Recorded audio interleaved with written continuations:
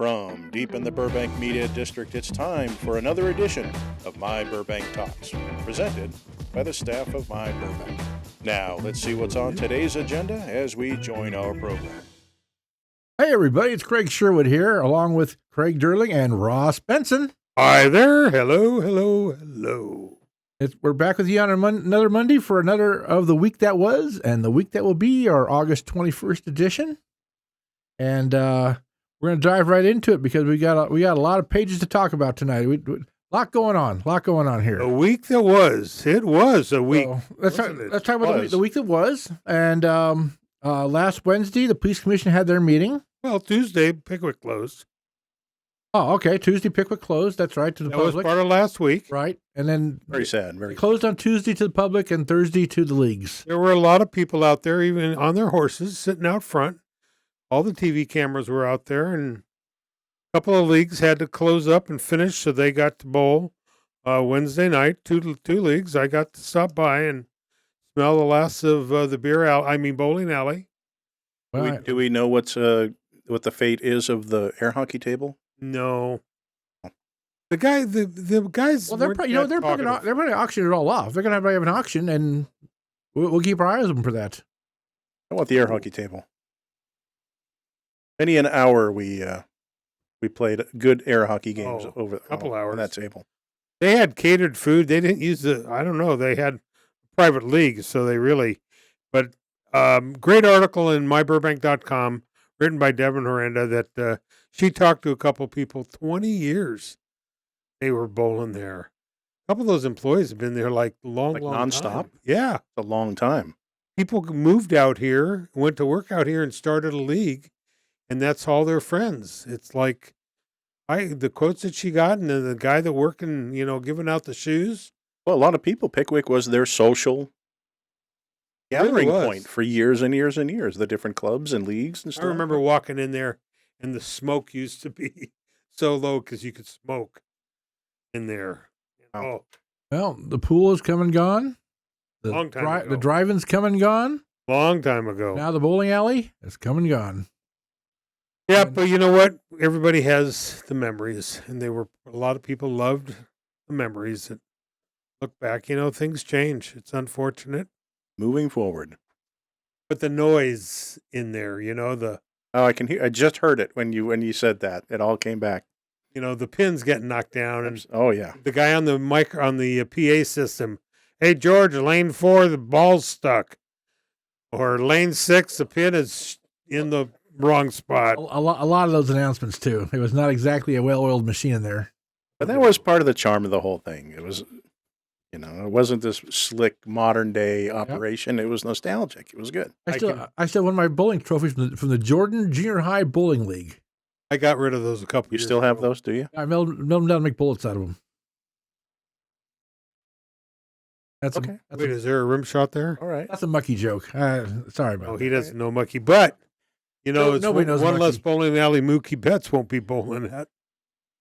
Oh, was that one of his? No, Encino, or maybe the one next to Jerry's. No, I think he's on the other side of the hill. Too? Yeah, the one that Jerry's gone on Ventura Boulevard. Go by down there. Oh no, the bowling alley. Yeah, right next to it. Attached to it was a bowling alley. Yeah, but we drove by there last week, and because he lives right by there. Oh, as far as I know, I've heard.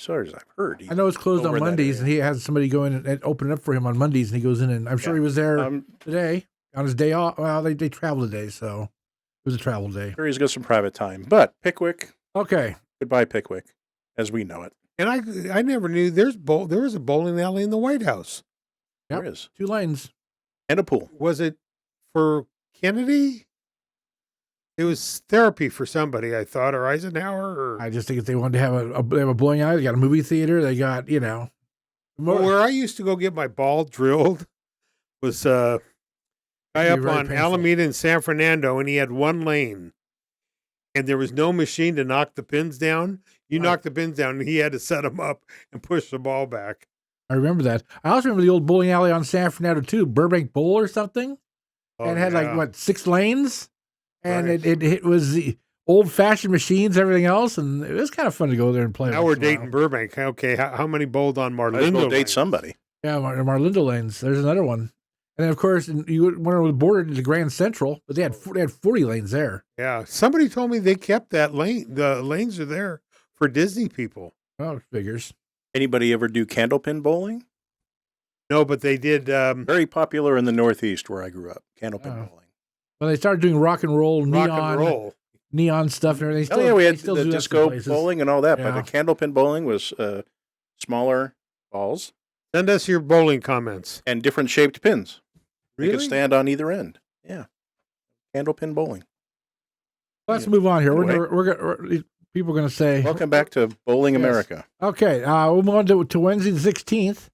And they had a police commission meeting where they received a report on catalytic converter thefts. And they were told that basically a catalytic converter on the open market is about $1,000. Ross, you were listening to the meeting, weren't you? Did you want to get into that a little bit? Well, it was interesting to understand or hear how many. They had a crime analyst, I guess that's what her title is, kind of give the report with Lieutenant Lasacco, who's in charge of investigations, standing by to answer any of the strict questions. But I guess she gave some numbers, and I guess state of California has 1,600 converters stolen a month. Now, Burbank this year to date, is 235 alone, and they predict 332 in the next 4 months. So, they did talk about the companies in Burbank that will etch your VIN number or your driver's license. They talked about paint. You can actually do it yourself as long as you do it safely. You have to have your own etcher to do it. I guess, yeah. But those etchers aren't expensive. I mean, but they did say you can get them at Electronic City for just a few dollars. We're really dating ourselves, you guys. I happen to have a couple from your. You can't go to Electronic City anymore. You go to Fry's now. Wait a second. That closed since that UFO crash. Doesn't Radio Shack still have them? Oh, I don't know where you'd get one now. The Radio Shack never even sold radios. We're Technically we're bouncing back this year to all these old shops that we used to. Heck with the agenda here. We're just.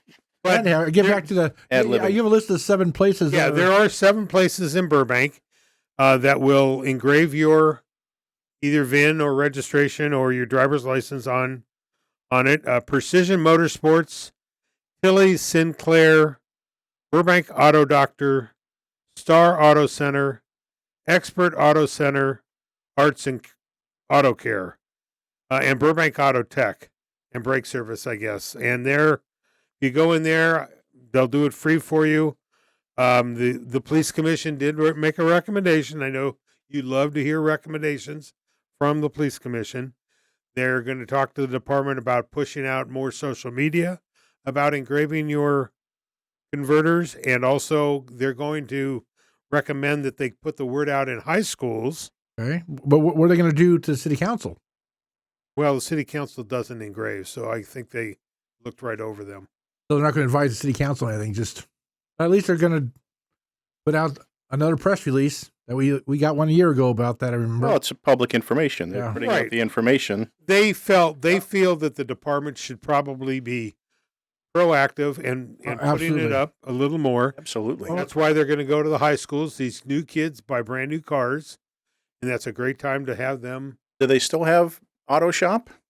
Up at Burbank High, they do. Burbank High, where they could probably do some etching up there, too. Yep. Good fundraiser. The cars that are victimized the most are Priuses and Toyota Tacomas. And the reason why Toyota Tacomas, they're high off the ground. They don't need a jack. You can climb under, do it in 30 seconds, and you're gone. Priuses have been number one for a bunch of years now that I recall. At least they're number one in something. At least they're number one in something. Yeah. Yeah. Well, and the reason these guys are just continuing to do it, there's no jail time. Right. Exactly. I'm sure there's jail time they're cited out of jail. They go right back to what they were doing. I'm not sure there's jail time for anything anymore. Yeah. So, that brought up another topic. We'll get into that in a second. But yeah, exactly. Right now, there's just And there's something the city attorney, didn't you say? The city attorney jumped in. Gina O was the acting city attorney, and she made a recommendation. And she even said she doesn't know if she could make a recommendation to the police commission, but they were all behind it. Well, you know what they said? We don't know if we make a recommendation too. We've never done it. Well, I'm she kidding. said, you know what? That's in all honesty, I mean, they are doing some good stuff, but well, like she said, the commission said they need to write letters to our senators and our assembly people and our county, supervisors, and to Gascon himself to enforce the laws that are on the books. well, they enforce them. They just don't enforce the jail time, and there's no mandatory jail time for it. So without mandatory time, even the mandatory time was 1 year, 1 year in county jail, but they can't because of overcrowding. Well, they said there's 2 new laws coming up. I don't know who they're overcrowded with. Right now, 60 days equals Who's there? 60 days equals 1 day. You get 60 days, you're out in 1 day. Yep. Which we'll talk about in a second. Oh, that other, yeah. Okay. That's a tease. But they apparently, so they're going to write a letter because she even said, why don't you include Gascon? He's the one that, there are laws on the books. I love that he's not being invited to press conferences now because he's the problem. Well, pretty soon, you know what, his 4 years are up, and They'll vote him back in. Well, that's true. The sad part. So, well, let's move moving on. Let's move on to Thursday, and here's our we teased it, and here we go. We found out on Thursday the suspect we named the Sniff Bandit, who is that his first name or last name? He was at the Barnes and Noble in Burbank and harassed a TikTok person, and who she reported to Burbank police. And Glendale arrested him on a different charge a day or two later. Went to court, and they gave him a 60-day sentence, and he served 1 day. And they said, "Oh, it's overcrowding. We can't keep him in here." So Glendale said, "Wait a second."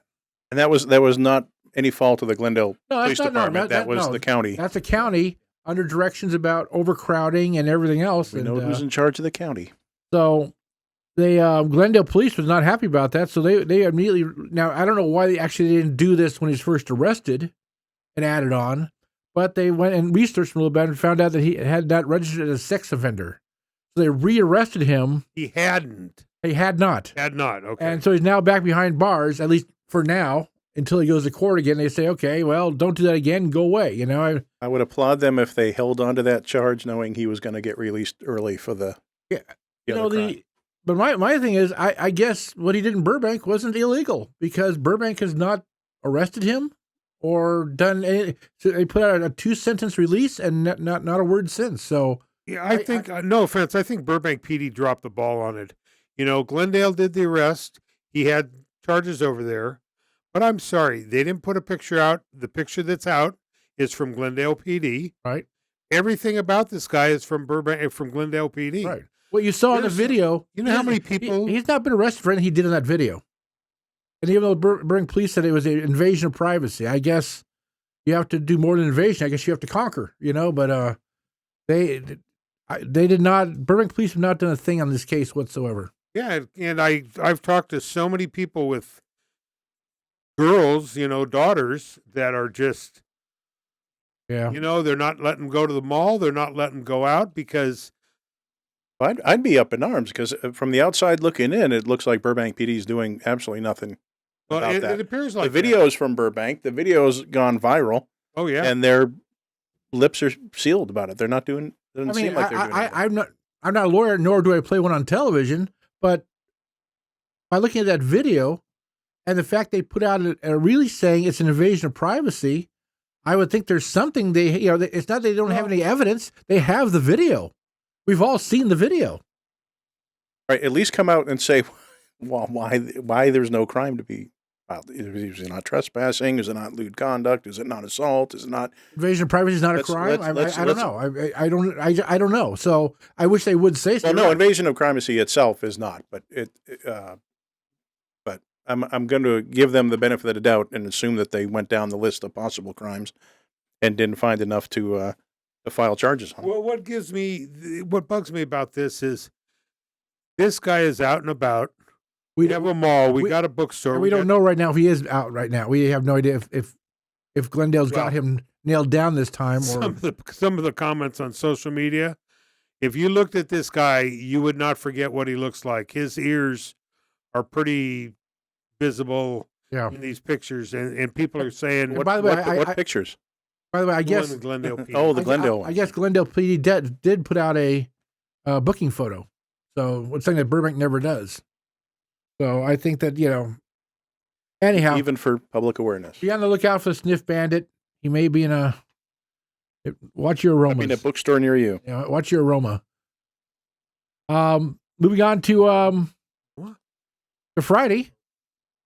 Ross, you attended the adjective I have here is a fantastic chamber ribbon cutting at Love Catering at 736 South Glenwood.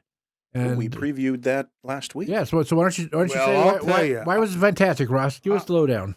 I was in that building. It used to be Scouts Honor. A lot of people in Burbank knew where Scouts Honor was on Glenwood. Now, I know a lot of people don't know where Glenwood is.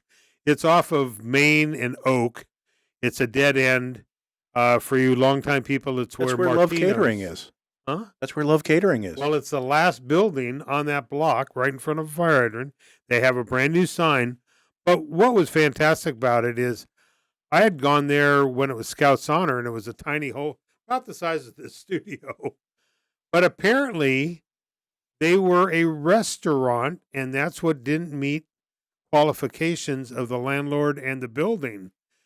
Love Catering doesn't do cooking there. They do preparing there, and it's a different class of business. Well, they are a AAA catering company. The food they had, I do not eat at ribbon Well, cutting. they jump your car too, What is that? Yes. What does that mean? or AAA? They come and AAA. I mean, like, yeah, 4-star. oh, okay, 4-star. I don't know if that was like the type of food. That'd be no. not a like 5-star. sealed packaging. 5-star, Okay. 6-star. The food that they had, like I said, I don't normally eat at ribbon cuttings. I've gotten ill before, but this company, I mean, everything had descriptions. They had shrimp that were the size of my fist. It was, Shrimpy about that. yeah, it was. Although it It's scares good me, food. I have to ask. I'm going to interrupt because you might be burying the lead here. In your report, you said the goodie bags were a surprise. Now, begs the question: what was in the goodie bags? The goodie bag had 2 homemade brownies, a gorgeous Love Catering baseball hat. The goodie bag itself was one of those $50 women are going to love that goodie bag for their It was makeup. more like a swag bag. It kind of was. It had pencil, pen, Oh, a water bottle carafe in it. I mean, when they gave that to me, I was like, wow, it was really, really nice. And I noticed you brought nothing for us.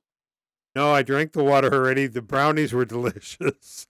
Your eyesight better after eating those brownies? Oh, I brought Anita D from the chamber, and I texted her. She said they were too sweet for her. Possible. But they had drinks, and if anybody in Burbank's looking for a catering company, I would. They apparently were one of the food people at the Excellence Awards, so you guys probably really? ate some of their food. I wonder. They were. I'm one not of the going to people. try to think of it now, but I wonder which table they were. I know. 'Cause I think I tried pretty much every table. I didn't make it over there. Oh well, we you missed. ate your share. It was all standing, and We ate your share. there was no SRO for me. Well, if you're looking for a catering company, you can call Love. They're online. I think it's lovecatering.com. I looked their website. They had their own photographer who does a lot of their product pictures, and we got along great. That's always a plus when you go into a ribbon cutting and you have a hired photographer and then me, and we got along real well. Highly recommend them. Their phone number, if you need their needs, is with their, go online, lovecatering.com. Tell Jonathan Barr that the photographer from myBurbank. A D Dar. with a D? DARR. DARR, the CEO. And they do, I was surprised, if you go online, they do most of the Disney catering. So, it's got to be good if the mouse has it. All right. Did they? words. Did they do the cookies at the Disney cookies at They the might have. Chamber of Commerce No, thing? I don't know. I did get a Disney cookie, and guess your son got it Did he? for his granddaughter. Oh. Or for your granddaughter, not for his. For his daughter, your granddaughter. So I didn't know that. he got one cookie, and I said, "Hey, you've got 2 kids. Why don't you take my cookie so that way they don't have to How share?" did you get a cookie? You weren't there. I thought I was. I smell a rat. Speaking of Disney. I thought I was there. Wasn't I there? He was hiding the whole time. Don't you remember? I thought he was a tree. I was branching out. Boom, boom. Um, Yeah, you had me stumped. let's go over to So the. the next. So Eh? the problem is you do the ribbon cutting like that, and then next week I have another one. And hopefully, I just can only wish. I don't want to be the guy that rents those giant scissors. There's a lot of ribbon cuttings around town. I happen to have those, and you know what I always You do? have giant scissors? I will tell you, There you those go. scissors actually work. There you go. Don't lose 2 more fingers. You could get in trouble. Oh, you're right. Oops. Well, let's move on to the weekend here, and Down the hatches. Saturday. And it's pretty funny to me. You know, we knew it was going to rain. There's no doubt it's going to rain. That's all it was going to do. And all of a sudden, we have news reports saying there's nowhere to park at Walmart, and everything's off the shelves. They've got all the cases of water. It was Armageddon at stores, as though this tropical storm was going to last 40 days and 40 nights. And it's a rainstorm, people. It's all it was going to be. It's a tropical storm. It's just a storm that's called tropical. Now, it was worse elsewhere in the state. Well, yeah. In the lower, much in the lower harder part. than we did. No, here. in San Diego. But and it everything was. else. It was like the COVID run on the stores again. I mistimed my regular food shopping trip for Saturday, and the lines were right down the aisles for the registers all over again. Of course, the water shelves were empty. The paper towels were gone. Well, I hear toilet paper. There was another run on toilet Well, paper. but here's what I'm going to say to people: if you were that unprepared for a rainstorm, that means you're not prepared for an earthquake. So hopefully, you can save that stuff you're not using right now, because you can go back out again on Monday in the sunshine and put that stuff away and save it for an earthquake. Put an earthquake pack together, because if you stay prepared, you don't have to get prepared. we're not going to warn you when the earthquake's coming 4 days in advance. As you saw on Sunday, it said, you know what? The earthquake got a little jealous that the storm's getting all the attention. So they said, hey, we're still here. Here's a little kick in the butt for you. And we got that. The funny thing is, 5.1. I did not feel it. Did anybody here feel that? Oh, yeah. Yes, I felt it immediately. Oh, I felt it. It was a rolling one. It wasn't a jolt. It was a roller. okay. Yeah, literally. And my son texted me, did you feel that? I mean, like that fast. But I will say that parts of the state, I have a niece that lives down in Indio. They had one of those trampolines in their backyard, with the thing cage all around it. They don't know where it is. It literally blew out of their backyard. They've checked their neighbors. They had 60-mile-an-hour winds. Maybe somebody just stole it. No, it was right outside their back door. Plus, they had 4 inches of water in their garage, in their house. I'm told the pool was overfilled. So down in Indio, So we did not see the worst of it Right. here. that's And for there's sure. probably not drainage in Indio. It's not a place to get a lot of rain. Now, our stats here in Burbank at the myBurbank Weather Center, we collected 5.69 inches of rain in this storm. So our year total right now stands at 41.37 inches. And of course, the rain year ends on September 30th, so we still have another month and a half to collect a little more on that. But here's an interesting little stat for everybody. We got 5.69 inches in this last storm. In the entire 2021 rain year, Burbank got a huge total of 5.74 inches. So we got more rain in this storm than we did the entire year in 2021. So, well, what gets me is I saw them doing these live shots at the LA River. It all goes out to the ocean. yeah. We don't store any of it. We don't keep any. Well, Burbank's not allowed to keep it, though. It's LA's water. It belongs to Los I got a Angeles. question. We're going to look into that, by the way. We're going to look into that and find out where that law came from, or where that rule came from, and find out why don't we get that changed. because that's absolutely ridiculous that I think we have no there's a dollar value. But we on have it. verified that to be the case anyway. yes, that is yes. Okay. That has been said before. Oh, for years and years. Yeah. Like that. So But I have a question. Yes. I felt that my bed. I was sitting on the edge of the bed, and I'm the only one in my house. And It's not a water bed. And I turn around. I go, "Who the hell's pushing my bed?" But every radio. How many years have we listened to radios? And just the slightest shake, everybody goes into earthquake mode. And I didn't hear. Did you hear Nobody that? did. I didn't hear that. Well, you know why? Is maybe They were in storm mode. Can't do two together. No, I think it's Oh because, no, they were loving the fact that there was an earthquake and a storm at the same time. Well, also it's The not news channels were eating that up. It was not in L.A. County, and maybe it's just too far for them. It didn't, I know that I have the earthquake warning thing. It's supposed to go off anything over 4.5. Mine didn't go off. Oh, mine did. Well, after the fact. Oh, that's You good. told me, yeah. But it was also last night or during the night, all the after shaking. I kept getting alarms quite a bit. I mean, 3.0s. I haven't felt a thing. Oh, Maybe I have extra cushy sneakers or something. I haven't felt a darn thing. Well, but you know what? I was kind of prepared. I got thinking about it. They said, "Are you prepared?" And in my own house, yes, I have food. I'm not one to, I have enough canned goods to last me a month. But in case we had to, I hunkered down this weekend. That's what they wanted. I watched the freeways. Stay put. Yeah. My son worked in Pasadena, drove home. He passed 6 cars. He said, "This is great." It's just. yeah. Well, there we go. And it was Storm of the Century because last it didn't happen since 1939, I think it was. So, but the way global warming is, that could start becoming a yearly event for all we know. Climate change? You kind of wonder. I think the big thing with that is the temperature of the ocean. That's what they say. And in Florida, I think it's around 90 degrees now. The Gulf of Mexico is at 88 degrees. And the water in Southern California is probably around, they say 68 or 72 or something. So it's a lot colder. So the water, it doesn't, build up the storm like it does on the East Coast. That's why they get all the hurricanes out there. But the water down, I guess, near Mexico was hot enough to get it going and increase it to a Cat 4 before it started coming down, in levels. So. Well, I'm curious, Craig D. We have friends over in Puerto Vallarta and Cabo. Yeah. Well, and how did they? I haven't reached out to them because when I thought about doing it, it already hit California. So I figured if they're still posting on Facebook and around, it didn't look like. I didn't see news coverage for Mexico, but how it hit down there in Baja or anything. I didn't see anything. Did you? I mean, no, I didn't either. Not a thing. Yeah, it's I haven't seen anything, any bad news or anything about damage down there or not. They kept it. It was funny this morning before I went to bed.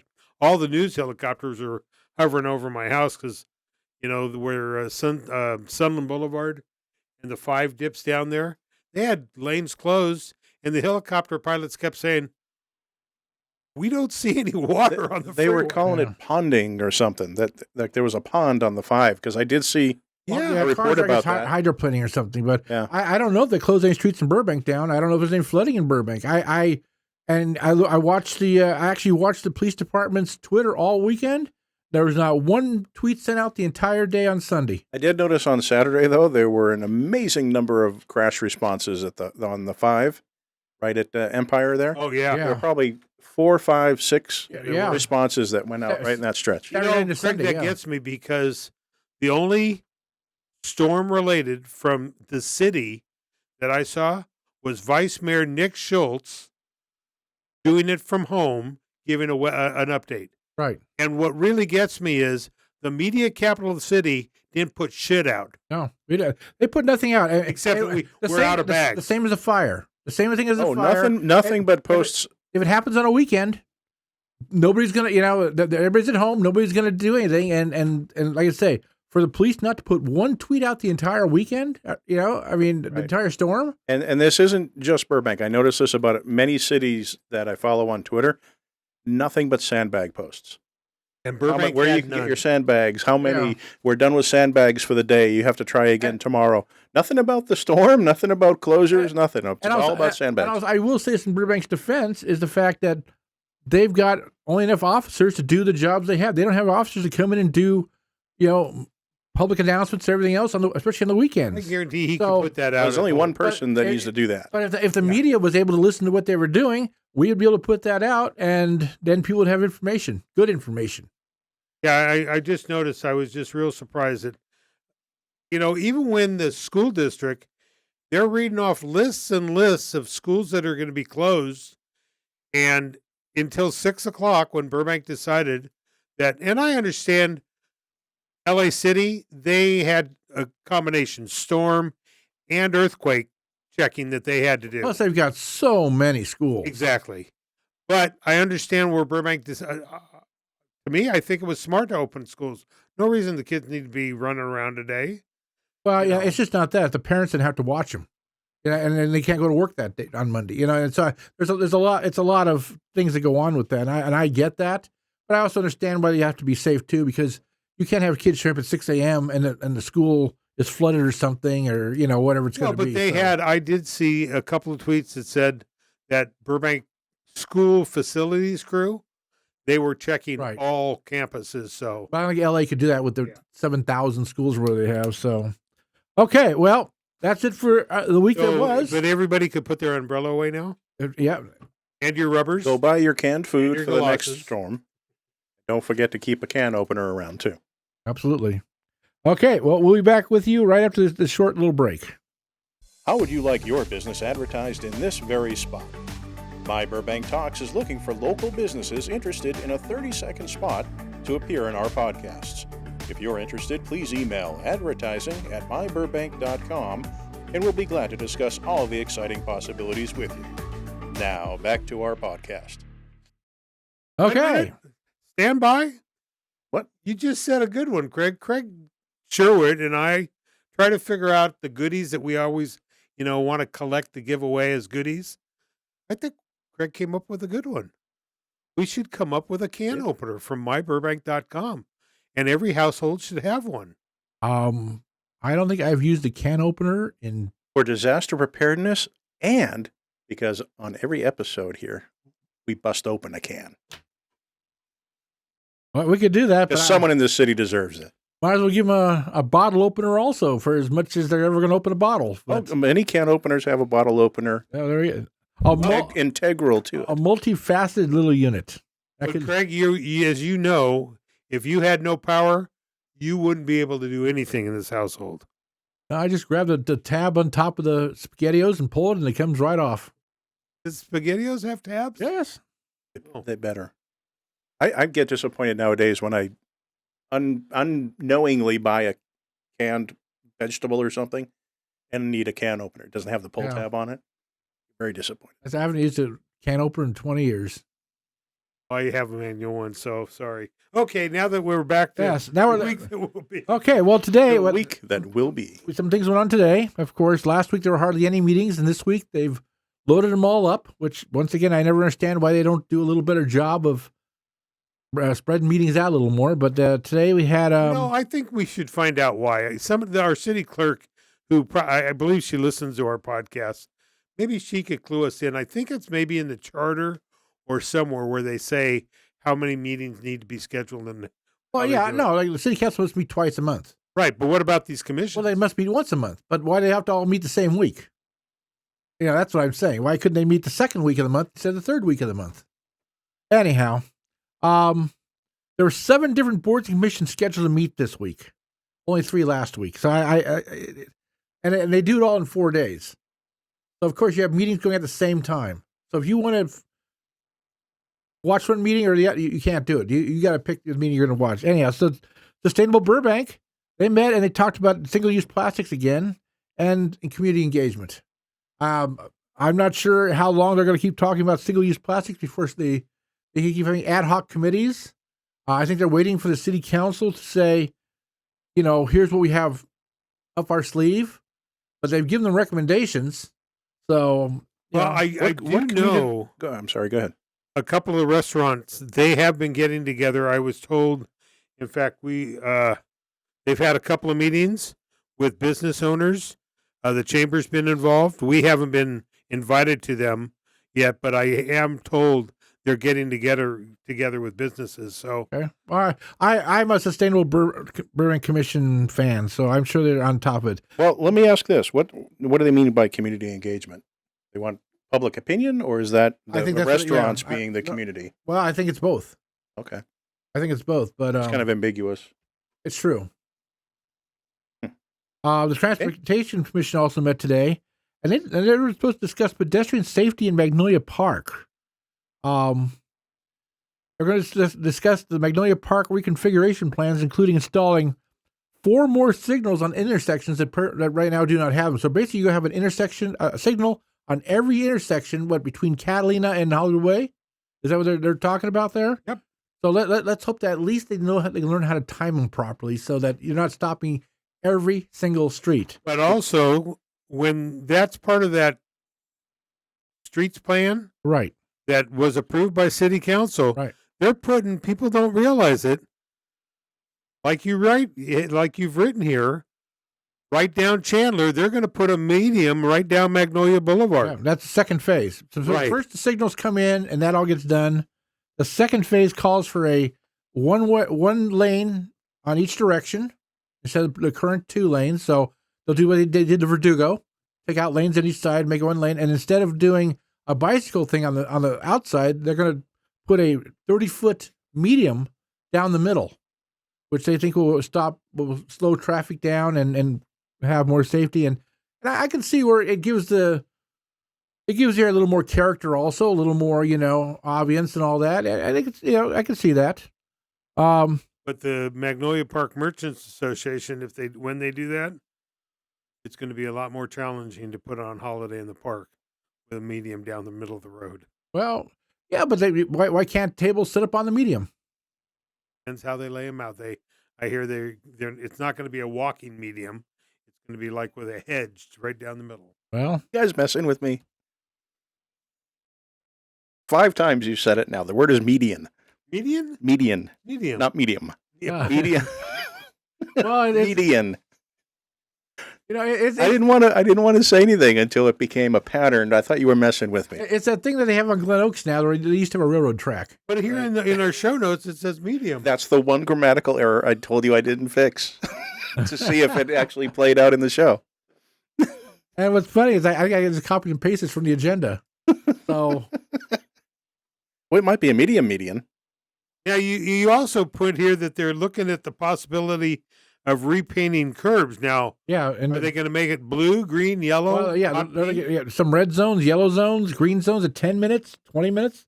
Talking about maybe valet parking, and of course, installing parking meters like they're looking at doing in the Metro lot, and using that money to fund things in Magnolia Park. So, I can see where it will work, and I can see that there'll be a lot of fighting about it.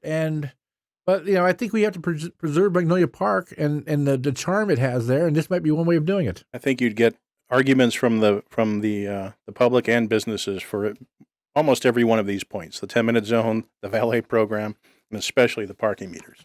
Well, but people don't understand. They've done studies, and parking meters keep businesses. It turns business over, and that's a good thing. I know Magnolia Park merchants have talked about it, and we're not in the days of the California Theater anymore, where you could park in front of it. Or the Magnolia Theater. That's right. So, but the Magnolia Park, they're looking at it possibly going back to a P bid. The city has put money away. Now, PBID being where every business pays an extra, not tax, but an extra fee based on the size of their business. And that money all goes into supporting the area and making improvements the way that the downtown merchants have done in downtown. Almost sounds like an HOA. HOA fee. Well, that's what it basically is. It's for the businesses. They have one in downtown Burbank. They used to have one in Magnolia Park. It got voted out, but now they're finding out that they're not getting the same kind of stuff from the city, so they're hoping maybe they might go back to it. But it depends on who gets to vote for it. And I think before it was all the property owners, and they didn't have businesses. They just had rents, and they didn't want to do any more of a tax because they just said no. We'll just say no, and the businesses all suffered because of it. Well, they've had some pre-meetings with the chamber and some of the big people along Magnolia Boulevard, UME Credit Union, Portos. But they're also involved in the community too. They're not just absentee owners. Right. You know, they're both involved in the community. Well, heavily. they've gotten a lot of support to go back to the PB. Right. Well, Tuesday, those are the two meetings on Monday, and on Tuesday, tomorrow, the city council will once again meet at 6:00, and they've got a lot of highlights for you here. Start with public comments being restored back to 3 minutes. The 1 minute it was last week or 2 weeks ago with rent control, so that's good to see. They're going to approve the continuation of having a Burbank fire captain stationed at Warner Brothers on a 40-hour week. And a lot of advantages of doing that. I'll let you get into that in a second, what all the things, all the benefits. But Warner Brothers pays his full salary with benefits, which is around $282,000 a year. So basically, Warner Brothers is paying for an extra Burbank captain to be employed, and he's stationed there for 40 hours. So, Ross, you know some of the things that captain will do there. Well, when they put that in many years ago, it's good 20 years now, they've had some different captains out there. Production costs a lot. And when you have to get, you have an audience, that has to have a fire safety inspector. Well, any pyro on any set? Any pyro, any car on a set, any car with a gasoline, any flammable. There's a ton of things. So now with a fire captain there, he's on the lot. They don't have to call if he's busy doing something else.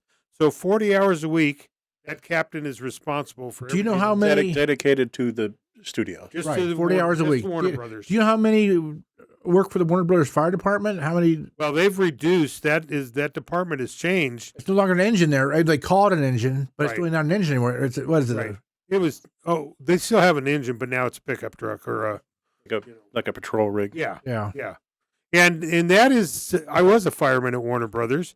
Prior to it being Warner Brothers, it was the Burbank Studios. That's when I was a firefighter there. We had we were 24 hours a day, and we had an engine and a patrol. You drove the engine. I did. I rode in that engine a couple of times. It was a lot of He fun. wore a harness and pulled it. No, that engine I'll never forget. I worked with a gentleman by the name of Frank Licati, and I worked the graveyard shift. And Frank was an older gentleman, and instead of getting in the rig, he would just stand next to it and had a push button to start it. And he didn't realize somebody left it in reverse, pushed the button, fell, knocked him over, almost went through the Gamewell system. So, but I remember going code 3 out the gates of gate 2 and going to the ranch. Code 3 on the wrong side of Olive once. And I had cars coming toward me, and the captain was with me, in charge. He said, just drive toward him. So this is why we need a full-time Burbank Fire Department captain to supervise. And maybe an We engineer need some too. adult supervision over there. Maybe an engineer also to drive the thing. So, but that's why. So that captain is quite involved with. You also have to think. We read in last week's agenda where the ranch, they're building 16 more stages. I wonder if that captain, because all those stages will be rented out to Warner Brothers, he'll be responsible for 16. well, I don't know if they'll all be rented. Warner Brothers can do a lot of the renting, but I don't know if they're going to all be rented out to Warner Brothers. Right. So. No, but Warner Brothers is a rental agent. So that fire captain. And so I wonder if they are going to do another agreement with them, and because that's not a Warner Brothers property anymore. I don't know how they'll do that. I mean, that's something maybe we'll have to consider another firefighter there or something. If 16 stages plus how many stages at the main lot, that's a lot for one person. 58 stages there. It's going to be here in Burbank. That's a lot for one person. So maybe but people don't understand. You got Disney, you got Nickelodeon, you have a ton of small production houses in Burbank, and all of them fall under the Burbank Fire Department. And there's a lot of inspections and safety. Moving on, they're going to spend $6 million. What? $6 million? Are we back to medium? Medium? They want to improve the signals. $6 million. They want to improve the signals on Glen Oaks and on First Street, including new traffic poles, bicycle, pedestrian, vehicle sensors, new LED lighting, left turn arrows, cameras to watch traffic. I don't know who's going to watch the cameras, though. Glen Oaks and First? But no, on Glen Oaks and on First Street. Oh, I see. Okay. I read it wrong. The project should start sometime in October and completed by July of 2024. One thing, I know they're starting to put these traffic sensors in that detect bicycles, and I mean it's a good idea. But I'm driving down Victory. In fact, last Monday night after our post dinner here, and they have a left hand coming down southbound on Victory southbound highway at Victory. In the left-hand turn lane, they have a bicycle sensor in the left-hand turn lane. And I'm thinking to myself, is that where you want a bicycle rider in the left-hand turn lane of a intersection? Where they're supposed to be. You're a 15, 16-year-old kid, and you want your kid out there in the middle of that traffic like that? But they're following the state law. I understand that, but is that, to me, it just doesn't seem safe to have You need to change the state law. Have a 15-year-old kid out there who can't even drive a car, but he's going to be out in the middle of traffic. But should know the rules as far as bike safety goes. And I'll defend that part of it. They're following state law. They're not considering a 5-year-old on a bike. Leave that to the parents to decide if they should be in a street with their bicycle. But the state law says that's where you turn left if you're on a bicycle or a motorcycle. These sensors were put in for motorcycles too initially, because a lot of times motorcycles weren't heavy enough to set off the sensors for cars. So these are the same things. No, I understand but that. One interesting thing I see that is location is what bothers me. Yeah, well, you should tell a 15-year-old not to ride their bike there then, because it's too busy of an intersection. 15-year-old's not going to ride there anyway. They're just going to ride from. So the point is moot.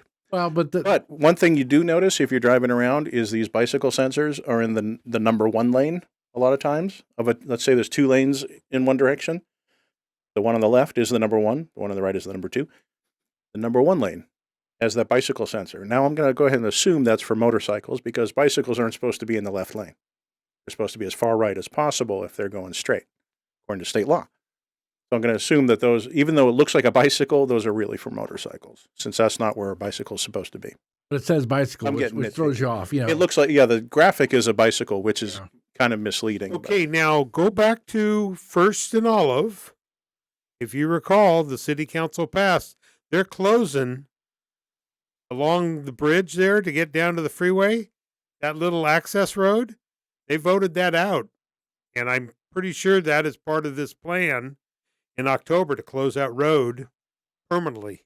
But I will say, assuming we're talking about the same little access road, that makes for a confusing intersection. Oh, it does. When you have a no right on red and all that, is you're passing a road to turn right on to go over the bridge and kind of confusing. That's the access road to Bonniewood down there. Right. Yeah. But I don't know how they're doing it because apparently the trash collection for that business there is on that street. Well, maybe they'll choke it off a little bit and make it create like an alley situation. I think. Well, they're making it. I think so.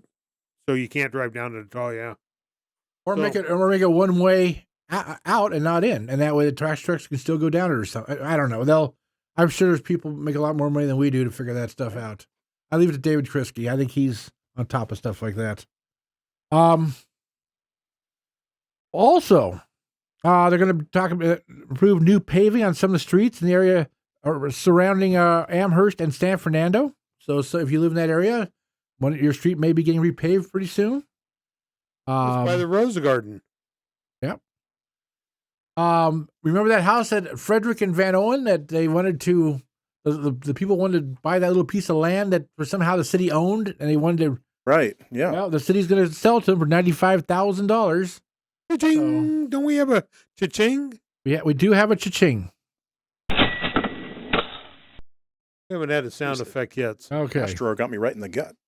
They're also had on the agenda to approve the Burbank Tournament Roses float, which is entitled Caterpillar Melody. Come on, say that correctly. So what is it? Median.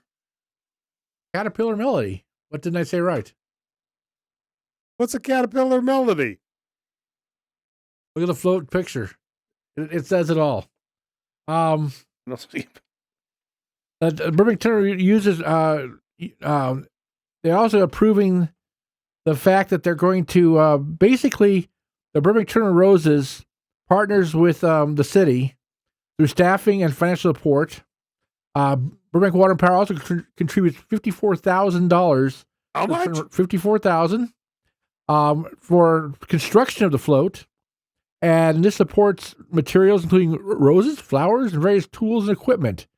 Additionally, Burbank Tournament Roses Association uses BWP's Burbank Water and Power facilities for the design and construction of the float. Yearly, the overall city contribution, including staffing, facility use, and financial support, totals about $190,000. So that's what the city's kicking in every year to have that float go down Colorado Boulevard so all the cameras can see it and say, oh, hey, look at Burbank. So that's $190,000 advertising. But once again, the Burbank Turner Roses, they do a lot to fundraise. They do a lot to support themselves. They're very, they do a lot. I'm not criticizing, but I'm just saying it's $190,000 of public money to put that float together. Well, but quite a bit of that is, as you just said, the city, right, and rentals and staff and everything. It's they got to pay for that driver of the float, who's a city employee, overtime on January 1st. Do they pay for police escorts? Yes. Yeah, so that's another thing they pay for. Police escort there and back, and the dump truck that pulls the float to get there, and there's quite a bit of city involvement. Yes, and it's a matter of pride for cities to participate in the Tournament of Roses. So it's seen as a value, and it's good advertising for cities that. Now here's the big item in the agenda, and this is a big freaking item. Is not what it says here. Well, I'm going to point of order. Oh, okay. Point of order is not what it says. Somehow here. Okay. Well, I'll use Battlestar Galactica terminology and call it a big fracking item. I must have put that down. Anyhow, Burbank Center Stage is coming up for a renewal process of its lease, also known as the Colony Theater. Colony Theater, but Burbank Center Stage is its real name, and the Colony Theater is who rents it now. Correct. Well, there's been one of the biggest kerfuffles. Yeah, I mean, we're talking about city staff made these rules up, okay, and timelines, and then not only did not follow the timelines, but they did nothing to work with the people if there was a problem. They told one person that, well, your application was not complete. You didn't have financial things. And they said, wait, yes, we did. But why would you tell us that? Well, we don't have, it's not our job to tell you that. Well, once again, aren't we trying to work with people? We're talking about one application. In this city. Looks like the city's lacking in communication skills these days. It seemed to be that the financial department really didn't, Lisa Paredes, our associate editor, wrote the first article about a month ago that kind of got the ball rolling on this and pulled this out to the city council to review. And now in the staff report that came out for the meeting on Tuesday, the staff just come out and says, yeah, we recommend the YMCA take over the theater. It's not there's no longer, we're going to start over. We're going to, look at the No, that's what we recommend now. And so now you're putting the city council in a bind.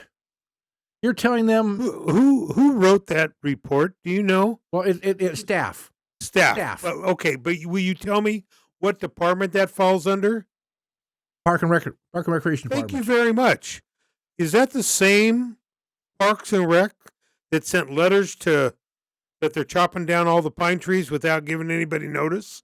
Yeah. Is that also the same Parks and Rec department that doesn't even have enough people? Wait, you mean the trees on Niagara? They say that in storms are going to fall over, but yet not one in the storm of the year fell over. So yeah, I mean, we're talking about there's a lot of things going on right now. I wonder if Park and Rec is just overwhelmed. Well, because I'm sorry, what they're Young Men's Christian Association, or YMCA, has never run a theater before. They might have little theater productions they do, but running a theater, building the sets, doing the scripts, hiring, that's a major undertaking. And now you've got the Colony Theater, who wants to do that, who has everything in place, has the people in place, and you're basically saying to them, "Now we're going to find something else." And by the way, you've got to do all the repairs yourself. We're not going to help you in any repairs. Right, they're going to bring in the shows and the productions and do all that. That is the big problem. You have to, if you've been in theater, which I know you have, you need to book this stuff a year or 2 years in advance. You can't do a month-to-month rental. That's impossible. And that's what they have been giving the colony for the last 2 years. How can she bring in shows without having know what... Or create a show which probably takes 6 months alone just to create it, and then build the sets, and then do the rehearsing and everything else. And yet you're on a month-to-month leash. It's an impossibility. But I think the city is way over their heads on this, the Park and Rec Department, or the city finance person who keeps telling these people you're doing things wrong and we're not going to tell you why. I mean, I'm sorry, it was the borough's Brendan Jennings, from Burroughs, who works with another company, and they wanted to come in and they wanted to try to run it, and they put a proposal in, and they were just told, "Oh no, there's no interview." Well, why? Well, you made a mistake in your application. Well, did you want to? You sent us a letter saying, "Well, yeah, that letter was sent to everybody." I mean, it's really. Please read Lisa President's stories about this, because there's really an injustice being done here. I don't care if the YMCA, I don't care who runs this. I really don't care. Who can the public address about this? Council tomorrow night. What I really care is that the process is fair and transparent. But lately, we have a lot of things going on in this city that are becoming less and less transparent. And it's starting to really bother me. I haven't seen this in a long time. What makes you think there's an ulterior motive going on? Like they want to shut the place down, sell it off the property to put condos up or something? See, and you start getting the thoughts of what's going on, what's behind this. They can't even rent the property across the street at the IKEA. That's going to sit there for another 4 or 5 years probably, like a sore thumb. Do another season of Hell's Kitchen there. Yeah.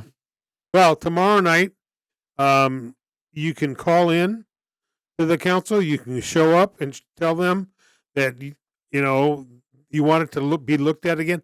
I'm sorry, I don't think our 5 council members really grasp, and they don't have the experience, because how long have Zizette's the longest that? Sure. I mean, she's been a city employee and the city clerk, so she knows what's going on. But it disadvantages. You know what? You can't go by what happened the last couple of years, because the world was different for 2-3 years. I mean, people didn't go to theater. And yet the Colony Theater had to support themselves and get through that period, which they did and survived. And now, after it's time to start going and profiting again, they get slapped in the face and said, now we're going to give it to somebody else who's never run a theater before. What are they thinking? That's the other thing. The 3 people that they chose to take it over, the order, was the YMCA first, a company in Valley Village that has no theater experience, or the Colony, the company that's running it now. And it just, if you read the city reports are so vague on it. It's going to be interesting. It is a big thing. I applaud the council for stopping this to start with and saying, wait a second, we need to take a look at this entire process. Because after our story came out, they had questions and they said, hold on. But even when they said, hold on, and they stopped the interviews and they stopped everything, they still recommended the YMCA to run it. Yep. Which is what really bothers me. It's like, well, this is what we want. We don't now.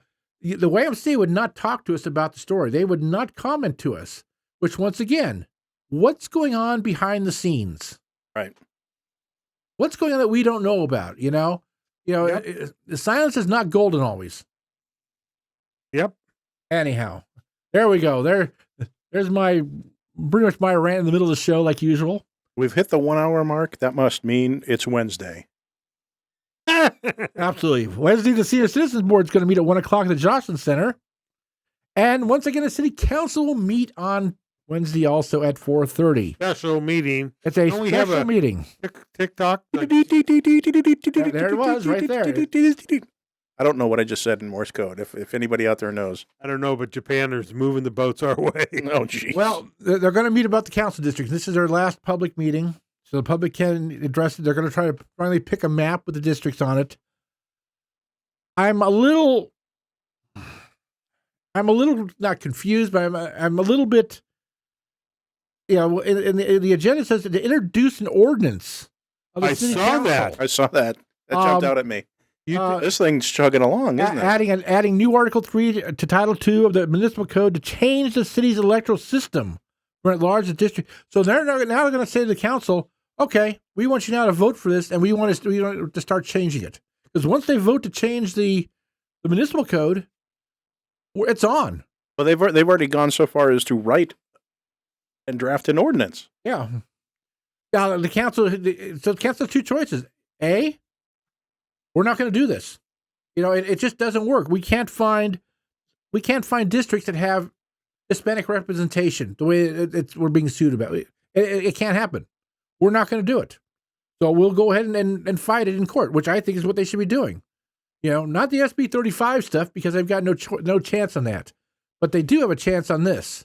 So number one, and hopefully the Santa Monica decision will come out from the state Supreme Court, if this is legal or not. Anyway, they are basically the same challenge that we have. So hopefully that will come out soon. But anybody know where our city council's? Well, this is a first. This is also a first reading. This is not. Okay. If they vote to do it, they still have to have another reading again before it becomes. So they don't. But if they do approve it this time, then it's kind of hard to.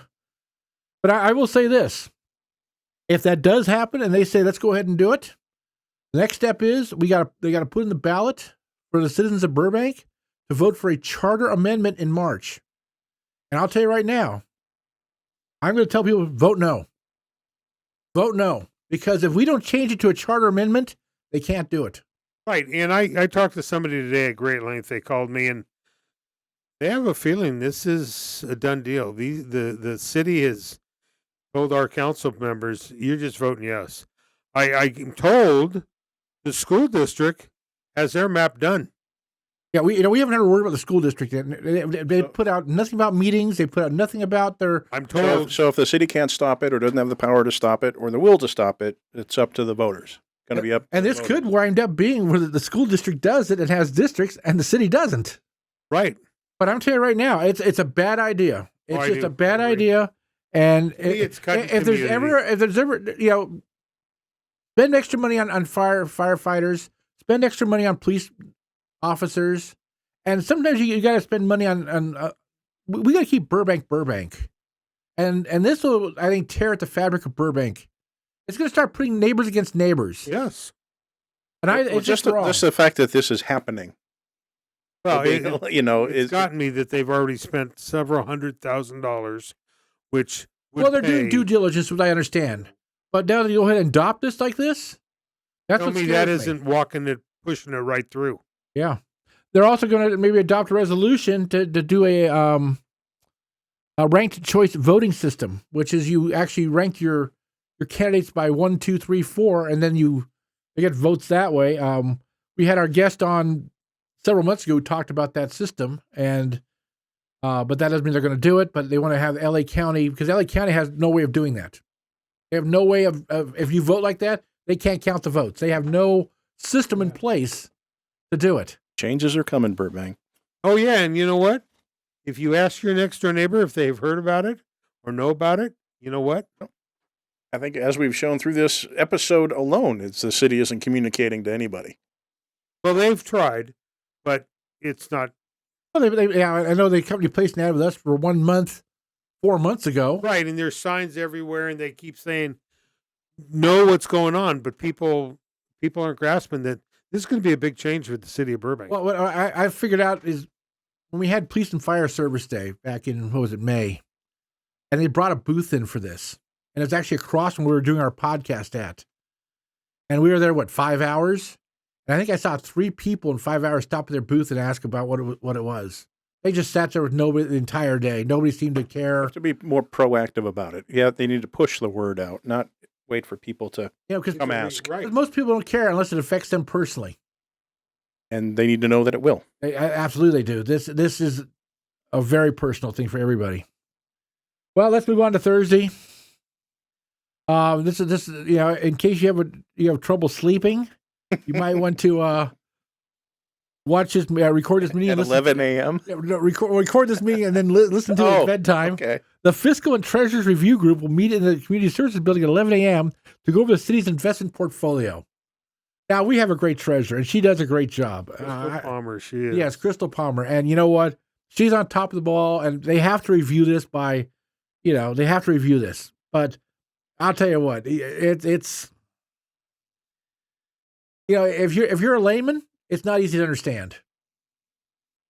So. No, but she will, answer questions, and if you have, if you do listen to it afterwards, she's really good. She will answer, absolutely. She will answer questions, but it's just, it's very... Well, the next meeting is dry. And a lot of fun, too. Oh, then, yeah, the Board of Building and Fire Code Appeals. But I looked in their agenda, and there's nothing on their agenda, so why are they meeting? And right now, the whole thing with these boards is, let's have a meeting and elect officers.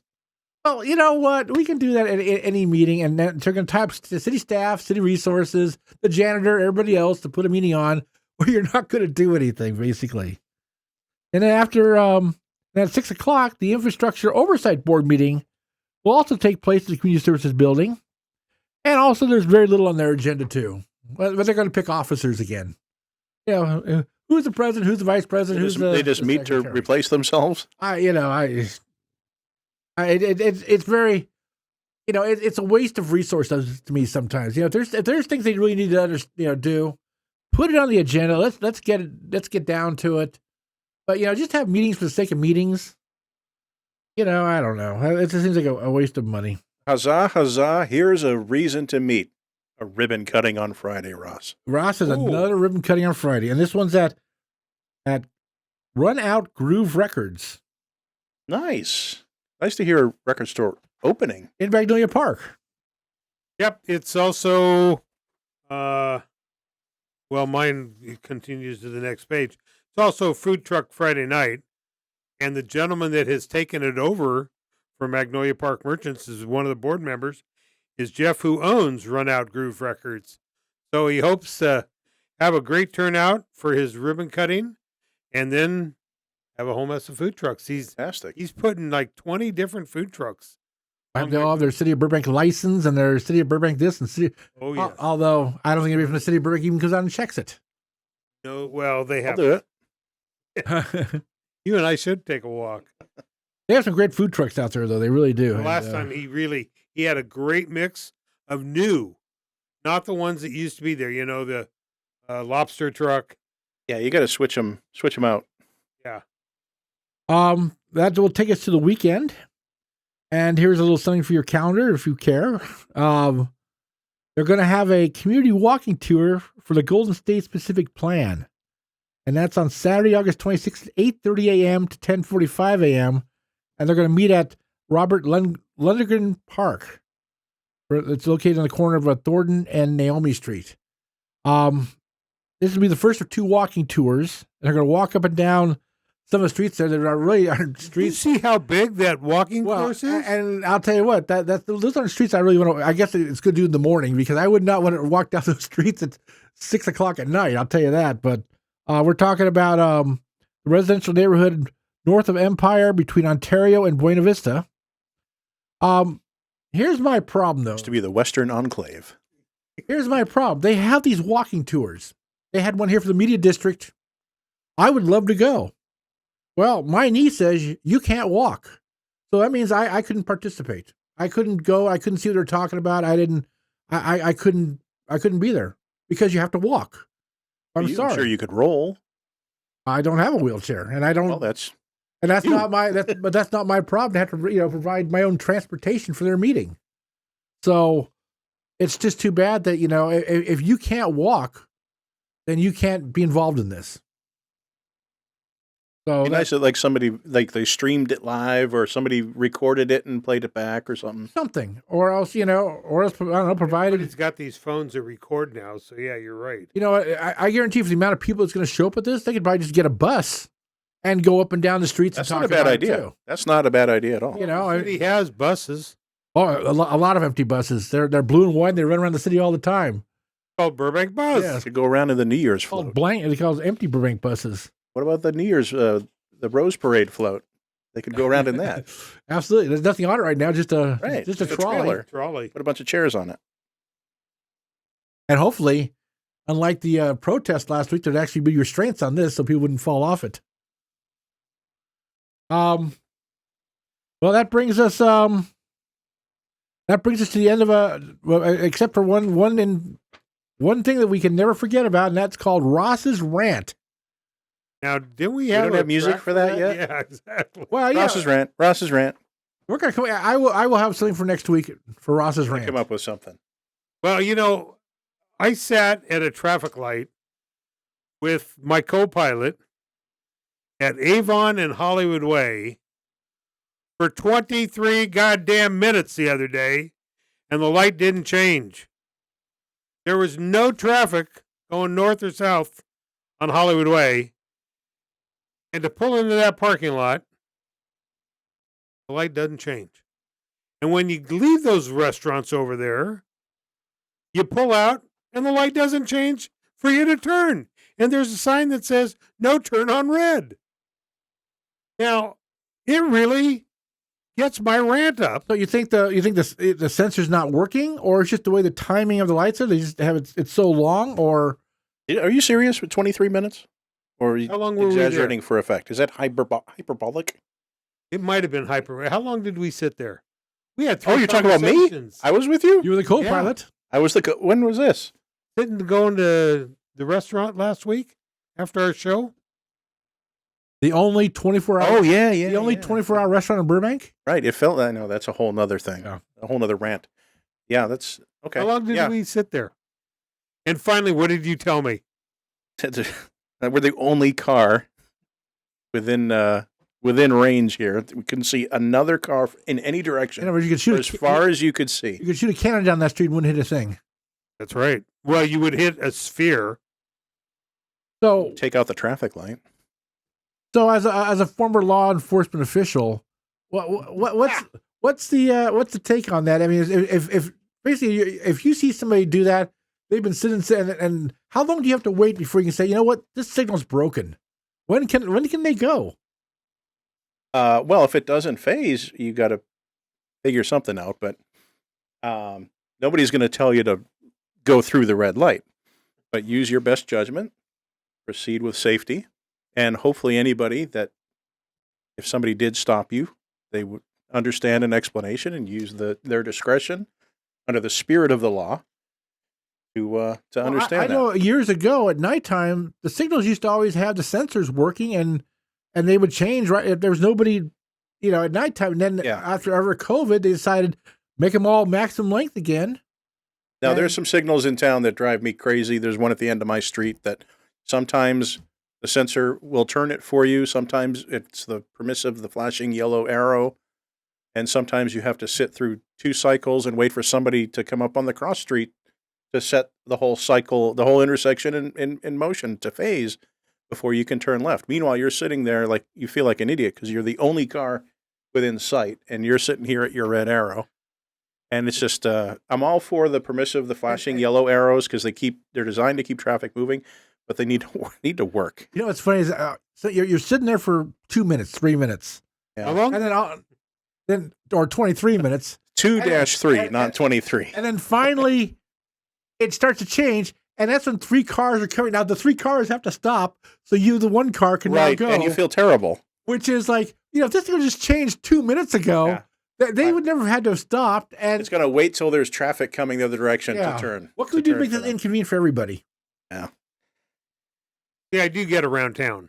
A lot of people say I don't leave town, but when I do get around town, I get stuck at traffic lights like that. Now, the other bad part is when you leave there and you go down Avon to Empire, the light's in the same. Empire is green for 25, 30 minutes, and that building sticks out just far enough where you can't look east far enough to get out of there. Remember the day when you could go from one end of Olive to the other end of Olive, and as long as you were going the speed limit, 35, 55. green, the entire way down would. Not anymore. Nope. Because of all this wonderful engineering and technology.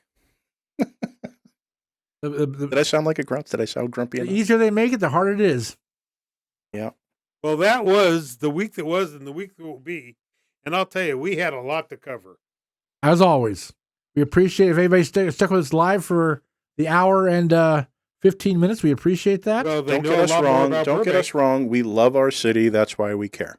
Right. And we want you people to know what's going on. We want people to understand what's going on in their city so they have knowledge of the issues. Well, we've gotten emails from people. Oh, people, yeah. And that's the thing. I wonder how many get stuck at that light at Hollywood Way and Avon, or others in town. Yep. Yep. Well, that's it. That's it for us for another week of the week that was. And the week will be for August 21st. We will talk to you again next week. Good night. Good night. My Burbank Talks would like to thank all of my Burbank's advertisers for their continued support. Burbank Water and Power, Cusimano Real Estate Group, Yumi Credit Union, the Burbank Chamber of Commerce, Gain Credit Union, Providence St. Joseph Medical Center, Community Chevrolet, Media City Credit Union, UCLA Health, Tequila's Cantina and Grill, UPS Store on 3rd Street, and Hill Street Cafe.